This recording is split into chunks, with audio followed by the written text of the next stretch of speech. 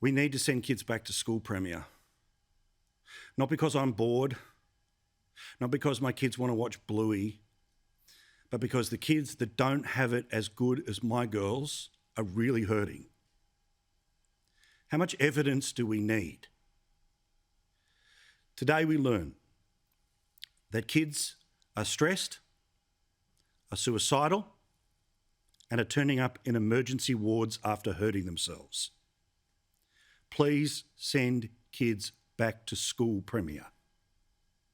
Attempted suicide rates in Victoria have soared. The Kids Helpline gave us those statistics. And the bit that breaks my heart is Australian children have been calling the Kids Helpline to report sexual abuse.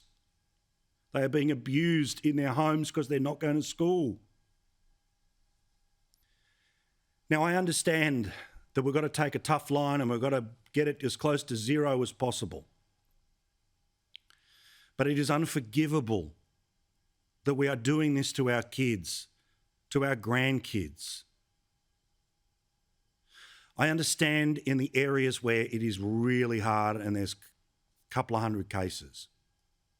But the facts are the facts, and they have been for the 5 weeks of the lockdown. I know some Year 12 kids will get to go back to school, but they've got to get a jab before they can go back to school and get a test every day in Year 12. But every kid needs to go back to school. You yourself, Premier, said that schools were safe, that the only danger was parents mingling. Then find the ones that mingle, but let everyone else send their kid back to school. And for God's sake, think of the kid that is so desperate after being locked up with their abuser that they are hurting themselves or they are crying out for help. There are other things that matter.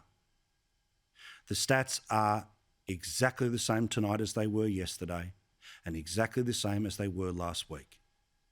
Of the 35 local government areas in New South Wales that are affected by Greater Sydney's lockdown, 27 of the 35 local government areas have 10 or fewer cases. 22 of the 35 local government areas have 5 or less mystery cases. And 9 local government areas have none. For God's sake, let them go back to school and save the kids who are really, really suffering. Because the kids that are really suffering, if they reach out to a teacher, the teacher has to tell the police, has to tell the welfare services. I don't say this because I'm a dad who's bored. I'm not saying this because I'm a dad who's frustrated. I'm not saying it because it's a dad who wants to sleep in later. I'm saying it because this really, really matters. Premier, I will not use the word beg, but I mean it with all my heart.